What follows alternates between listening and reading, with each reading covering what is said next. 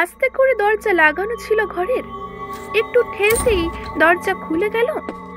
ভেতরে যে তার বুকের স্পন্দন বন্ধ হওয়ার উপক্রম হলো।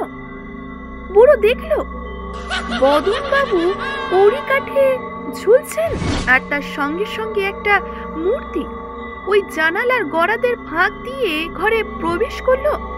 সাহেব গুলি ছুটলেন, কুকুর দুটো তেড়ে গেল, কিন্তু মূর্তি অন্য জানালার ফাঁক দিয়ে নির্বিঘ্নে বেরিয়ে গেল।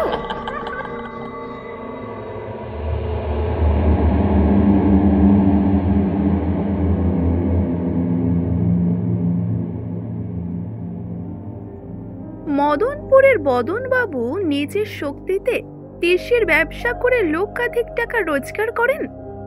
কুড়ে নগরে ছেঁড়া কাঁথায় তিনি জন্মেছিলেন।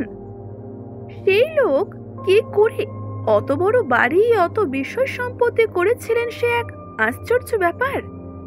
বিশেষ করে তার তিসির গোলা বাড়ি দেখলে তাক লেগে যায়। একটা প্রকাণ্ড বড় খামারে সার সার প্রকাণ্ড প্রকাণ্ড গোলা, এক একটা গোলাই ২৫০০ থেকে ৩০০০ টাকার তিসি, এমন গোলা ৫০টা। ছেলেবেলায় বদনবাবু লেখাপড়া করার সুযোগ পাননি। কোনো রকমে ভাঙা ভাঙা মোটা মোটা অক্ষরে হিসেবের খাতা লিখতে পারতেন, তাও বড় একটা লিখতে হতো না। এই জন্য একজন মুহুরি ছিল। বদনবাবু লোহার সিন্দুকের পাশে একটা ফরাসের ওপর বসে খবরদারি করতেন। এককালে নিজে মাথায় করে দেশি বই এনেছেন, এখন আর তা করতে হয় না, শুধু দেখাশোনাই করেন। তার একমাত্র ছেলে মহেন্দ্র এখন বড় হয়েছে, আর সেই সব এখন সামলায়। কিন্তু মহেন্দ্রের ওপর বদনবাবুর মনে মনে বিশ্বাস নেই। তার চোখে সোনার চশমা, মাথায় টেরি, গায়ে সিল্কের পাঞ্জাবি, হাতে সোনার রিস্ট ওয়াচ, পরনে সদ্য বোয়া দেশি ধুতি। আগে যেখানে দোকানে ১৫ জন লোক খাটত, সেখানে সে আজকে ১০ জনকে বাড়িয়েছে। কাজেই শুধু বসে বসে হুকুম করলেই তার কাজ শেষ। বদনবাবু ছেলের এই বাবুগিরিটাকেই মনে মনে অপছন্দ করেন, কিন্তু মুখ ফুটে পুত্রকে কিছু বলতেও পারেন না। কেবল এতদিনের এত কষ্টে গড়ে তোলা এই ব্যবসা যদি দুদিনে ভেঙে যায় তখন? কাজেই ভয়ে তিনি টুকটুক করে আড়তে গিয়ে শুধু বসেন। একদিনের ওলা উঠো জ্বরে হঠাৎই বদনবাবুর স্ত্রী মারা গেলেন। তার সঙ্গে সঙ্গে বদনবাবুও কেমন যেন হয়ে গেলেন। কান্নাকাটি করলেন না, হই হই করলেন না, কেবল কোনো কথা না বলে চুপচাপ শান্তভাবে বসে থাকেন। কিন্তু এখানে যেহেতু তার মন টেকল না, তাই কিছুদিন পরই ১০০০ খানেক টাকা নিয়ে তিনি কাশী চলে গেলেন। সেখানে তীর্থ করে ঘুরে বেড়ালেন কিছুদিন, তারপর কাশীতে একেবারে রয়ে গেলেন। একটা বাড়ি সেখানে স্থায়ীভাবে নিয়ে বাস করতে লাগলেন। দেশে ফিরলেন প্রায় ৫ বছর পরে। তখনকার বদনবাবুর সঙ্গে আজকের এই বদনবাবুর কোনো মিলই নেই বলা যায়। মাথায় তার বড় বড় চুল, সাদা সাদা দাড়ি নাভি পর্যন্ত ঝুলছে, পরনে রক্তাম্বর, কপালে ত্রিপুণ্ডক, মুখে সর্বদা কালি কালি শব্দ। এই বৈষ্ণব বদনবাবু শক্তি মন্ত্রে দীক্ষিত হয়েছেন। তার মধ্যে সেই শান্ত প্রকৃতি আর নেই। বাণী পানের চোখ তার সর্বদা রক্তবর্ণ হয়ে রয়েছে। এখন লোকে তার কাছে যেতেই ভয় করে। বদনবাবু তেতালার ঘরে নিরিবিলি থাকেন আর ধ্যান ধারণা করেন। পুত্র বধূ নাতি নাতনি কারোর সঙ্গে বড় একটা কথা বলেন না। এমনই করে দিন ১৫ কাটানোর পর একদিন মহেন্দ্রকে ডেকে পাঠালেন। এ কদিন তার সঙ্গে একটা কথাও হয়নি তার। মহেন্দ্র তার বাবার এরকম বেশধারী দেখে যথেষ্ট ভয় পেয়েছিল। কাজেই ভয়ে ভয়ে এসে প্রণাম করে মেঝেতে একপাশে চুপ করে বসল সে। বদনবাবুও কিছুটা নড়ে চড়ে বসলেন। কিছুক্ষণ পর তীব্র দৃষ্টিতে তার পুত্রের দিকে চাইলেন। তারপর বললেন, পরশু গুরুদেব আসবেন। মহেন্দ্র ভয়ে ভয়ে শুধু বলল, ও। তারপর বদনবাবু আবার বললেন, পাশের ঘরে তার থাকার ব্যবস্থা করে দাও। জি আগে। আর পরশু সন্ধ্যায় 10,000 টাকা চাই। আচ্ছা বেশ। পুজোর দালান কি মেরামত করতে হবে? আগে না। আচ্ছা, মালাকারকে বলে দাও আগামী অমাবস্যায় ছিন্নমস্তার পুজো হবে, প্রতিমা গড়ে দিতে হবে। শুনে মহেন্দ্র মুখ হাঁ করে চেয়ে রইল। ছিন্নমস্তার পুজো?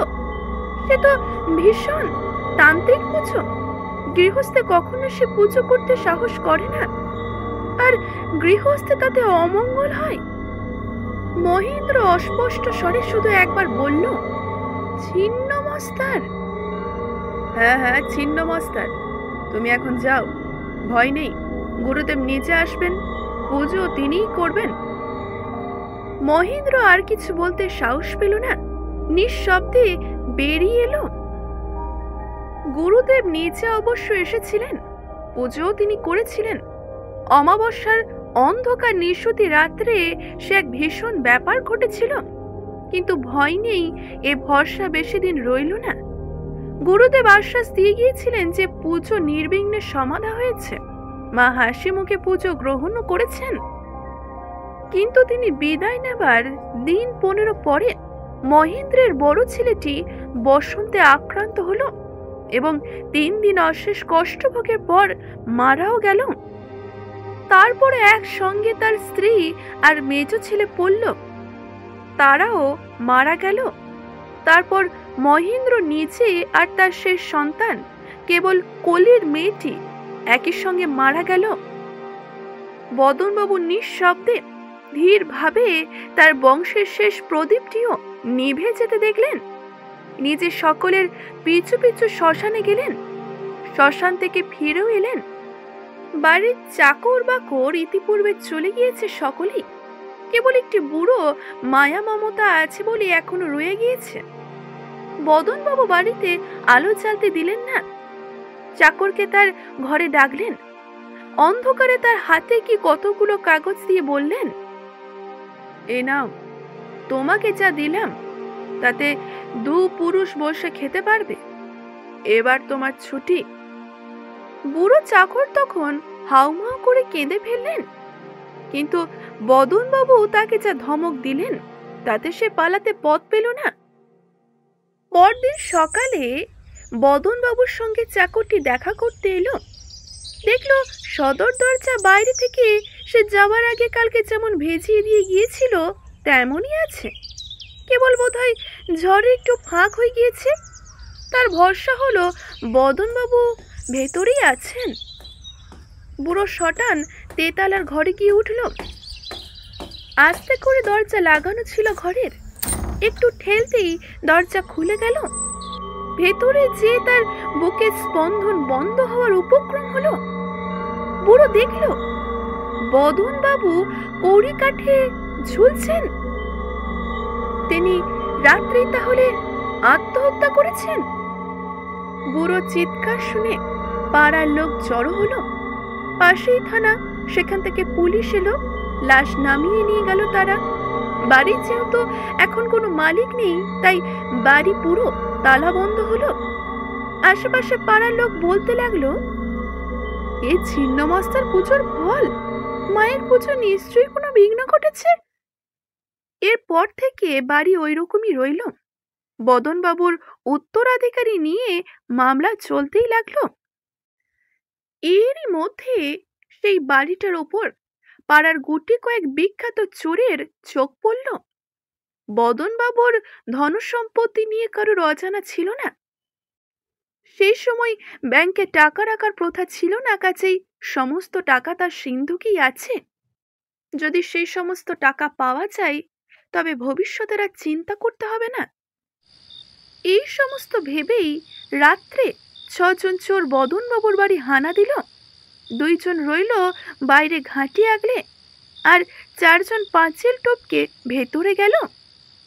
যে ঘরে লোহার সিন্দুক আছে তা চোরদের বিশেষ অজানা নয়, কিন্তু সে ঘরে ঢোকা যায় কি করে?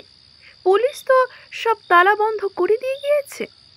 কি উপায় করা যায় এই ভেবে একজন অন্ধকারে দরজায় হাত বুলিয়ে দেখতে লাগলো। হঠাৎ কি আশ্চর্য ব্যাপার ঘটে গেল! হাত দিতেই দরজা খুলে গেল। বাড়ির মধ্যে তারা প্রবেশ করলো। দুইজন ছুটল মহেন্দ্রের ঘরের দিকে। সেখানে রয়েছে মহেন্দ্রের স্ত্রীর রাশি রাশি গয়না। সেখানেও আশ্চর্য ব্যাপার ঘটল। দরজায় হাত দিতেই দরজা খুলে গেল। এরপর লোহার সিন্দুকে হাত দিতে সিন্দুকও খুলে গেল। ও ঘরেও তাই হলো। তারা দেখল লোহার সিন্দুকে টাকা, আধুলি, সিকি, পয়সা সবকিছুই থরে থরে সাজানো। একদিকে থাকে থাকে নোট, ও ঘরেও রাশি রাশি গয়না। এই সমস্ত দেখে চোরদের চোখের আর পলক পড়ে না। যা হাতে ওঠে দু হাতে করে তারা বোঝাই করে। সমস্ত কিছু নিয়ে যখন তারা বেরিয়ে আসবে তখন তারা দেখে দরজা বন্ধ। আশ্চর্য ব্যাপার তো! ওরা এই দিক টানে ওই দিক টানে, কিন্তু কিছুতেই দরজা খুলতে পারে না। এইদিকে বাইরে যারা ঘাঁটিয়ে আগলে ছিল তারা অপেক্ষাই করে। 1টা বাজে, 2টো বাজে, এমনকি রাত থেকে ভোর হয়ে এলো, কিন্তু সঙ্গীর আর ফিরলই না। দিন কয়েক তারা চেপে রইল ব্যাপারটা, কিন্তু কতদিনই আর চাপা থাকে। সমস্ত ঘটনা পুলিশের কানে গেল। তখন পুলিশ পাঁচিল টপকে বাড়ির ভেতরে ঢুকে দেখলো তালা দেওয়া, যেমন তারা দিয়ে গিয়েছিল। তবে বাইরের চোর ঘরে ঢুকলো কি করে? পুলিশের সাহেবকে সমস্ত কিছু জানানো হলো। সাহেব তখন সদল বলে চাবি নিয়ে সেখানে উপস্থিত হলেন এবং দরজা খুলে দেখলেন এ ঘরে 2টো আর ও ঘরে 2টো কঙ্কাল পড়ে। এ তো এক ভৌতিক ব্যাপার। পুলিশের সাহেব ঠিক করলেন যে কয়েকটা রাত্রি এখানে থেকে তিনি দেখতে চান ব্যাপারটা কি। সন্ধ্যার পর থেকে বাড়ির চারিপাশে রইল পাহারা, আর নিজে 2টি গুলি ভরা রিভলভার নিয়ে বসে রইলেন সেই লোহার সিন্দুকের ঘরে। সঙ্গে রইল বাঘা বাঘা 2টো বিলিতি কুকুর। রাত 12টা বাজে, 1টা বাজে, কোথাও জনমানবের সাড়া নেই। হঠাৎই একসময় হু হু করে দমকা হাওয়া এসে পৌঁছলো ঘরের মধ্যে। সাহেব 2টো রিভলভার 2 হাতে ধরে সতর্ক হয়ে বসল। 8 ঘন্টার পর হঠাৎই ঘরের যে প্রান্তে সাহেব বসেছিলেন তার অপর প্রান্তে বারান্দার দিকে জানলাটা খড়খড় করে নড়ে উঠল। সঙ্গে সঙ্গে 2টো কুকুর ঘেউ ঘেউ করে উঠল, আর তার সঙ্গে সঙ্গে একটা মূর্তি ওই জানালার গড়াদের ফাঁক দিয়ে ঘরে প্রবেশ করলো। সাহেব গুলি ছুড়লেন, কুকুর 2টো তেড়ে গেল, কিন্তু মূর্তি অন্য জানালার ফাঁক দিয়ে নির্বিঘ্নে বেরিয়ে গেল। একটা কুকুরের সঙ্গে সঙ্গে তার পিছু পিছু জানালার গড়াদের ফাঁক দিয়ে কোথায় অদৃশ্য হয়ে গেল। কিন্তু গড়াদের ফাঁক তো 3 আঙ্গুলের বেশি নয়। এত বড় কুকুর সে দিয়ে অনায়াসে বেরোলো কি করে? সাহেবের কপালে তখন বিন্দু বিন্দু ঘাম দেখা দিয়েছে, গলা তার শুকিয়ে এসেছে। কিন্তু এত কাণ্ড যে বাড়ির ভেতরে ঘটে গেল, বাইরের কেউ কিছু জানতে পারল না। সাহেব নিজেও বাইরে কাউকে কিছু জানালো না। ভাবলো পাছে যদি সবাই ভাবে সাহেব ভয় পাচ্ছে। কাজেই সাহেব এবার স্থির হয়ে বসল, এবার যেন তার লক্ষ্য ভ্রষ্ট না হয়। কিন্তু 8 ঘন্টা কেটে গেল, কোনো সারা শব্দই কারণ নেই। কিন্তু কিছুক্ষণ পর জানালাটা আবার খটখট করে উঠল। কুকুরটা চিৎকার করে যেন কাকে ধরতে জানালার দিকে ছুটে গেল। সাহেবও গুলি ছুড়লেন, ফল কিছু হলো কিছু বোঝাই গেল না। জানালার ফাঁক দিয়ে পূর্ণিমার চাঁদের আলো তখন ঘরের মধ্যে প্রবেশ করেছে। সাহেব দেখলেন ঘরের মধ্যে না মূর্তি না কুকুর, কেউ নেই। শুধু ঘরের দেওয়ালগুলো থরথর করে কাঁপছে। আস্তে আস্তে চাঁদের আলো নিভিয়ে এলো। এক জমাট অন্ধকার ঢেউয়ের মতো সাহেবকে চারদিকে ঘিরে ধরেছে। তারপর আর কিছু মনে নেই। পরদিন সকালে সিপাহীরা এসে দেখলো সাহেব মেঝের ওপর উবুর হয়ে পড়ে রয়েছে। তার দুই পাশে দুটো রিভলভার পড়ে, কুকুর দুটো নেই, এমনকি দেওয়ালে রয়েছে গুলির ছাপ। কিন্তু তারা অবাক হয়ে গেল, বাইরে থেকে কোনো রিভলভারের আওয়াজ তারা পায়নি। তবে কুকুর দুটো গেল কোথায়? বাড়ি তন্ন তন্ন করে খোঁজার পর বাগানে কুকুর দুটো মরে পড়ে আছে দেখা গেল। কুকুর দুটোর মধ্যে এক ফোঁটা রক্তও নেই। এ কাণ্ডের কর্তাকে কি করেই বা ঘটেছিল, এর কারণ কেউ কোনোদিনও খুঁজেই পায়নি। এই ঘটনার পর থেকে সেই বাড়ির একখানা ইট কেউ ছুঁয়েও দেখে না। এখানে শেষ করছি আজকের এই গল্পটি। আজকের এই গল্পটি যদি ভালো লেগে থাকে অবশ্যই একটা লাইক করবেন, শেয়ার করবেন এবং কেমন লাগলো জানাতে ভুলবেন না। ধন্যবাদ।